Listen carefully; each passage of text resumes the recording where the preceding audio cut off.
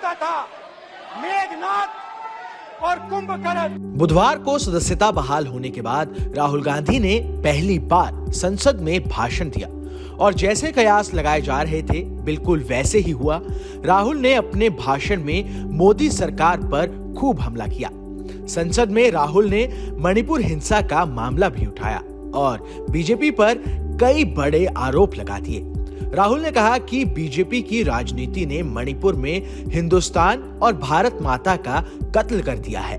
इसके साथ ही राहुल ने कहा कि प्रधानमंत्री नरेंद्र मोदी एक बार भी वहां नहीं गए क्योंकि उनके लिए मणिपुर हिंदुस्तान नहीं है। राहुल के इन तीखे बयानों से संसद में गहमागहमी शुरू हो गई। सत्ता पक्ष और विपक्ष में वार पलटवार का सिलसिला शुरू हो गया।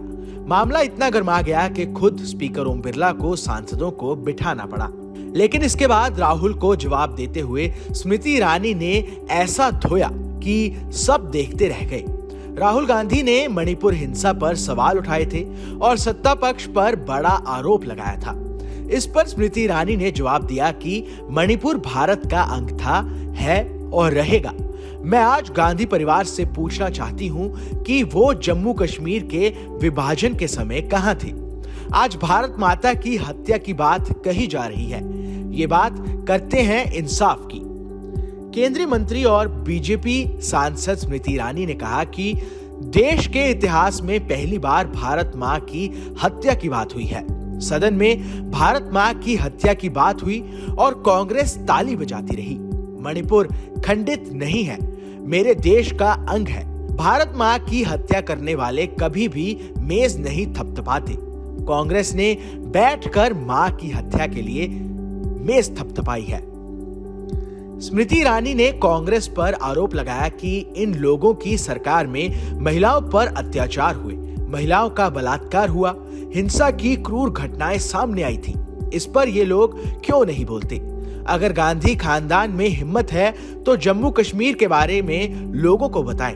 कांग्रेस कश्मीरी पंडितों पर हुए अत्याचार पर कुछ नहीं बोलती।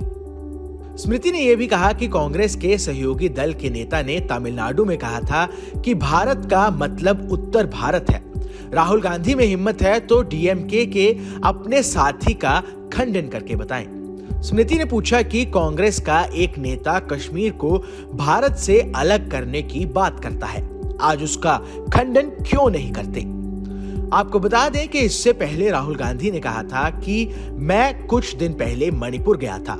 हमारे प्रधानमंत्री अभी तक नहीं गए क्योंकि उनके लिए मणिपुर भारत का हिस्सा नहीं है। मैं मणिपुर कह रहा हूं, लेकिन आज सच्चाई ये है कि कोई मणिपुर है ही नहीं।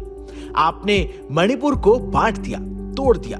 राहुल गांधी ने कहा, मैंने राहत शिविरों में महिलाओं और बच्चों से बात की जो हमारे प्रधानमंत्री ने आज तक नहीं की। जैसा कि मैंने अपने भाषण की शुरुआत में कहा, भारत लोगों की आवाज है, उनके दिलों की आवाज है। आपने मणिपुर में उस आवाज को मार दिया है। इसका मतलब है कि आपने मणिपुर में भारत माता की हत्या की है।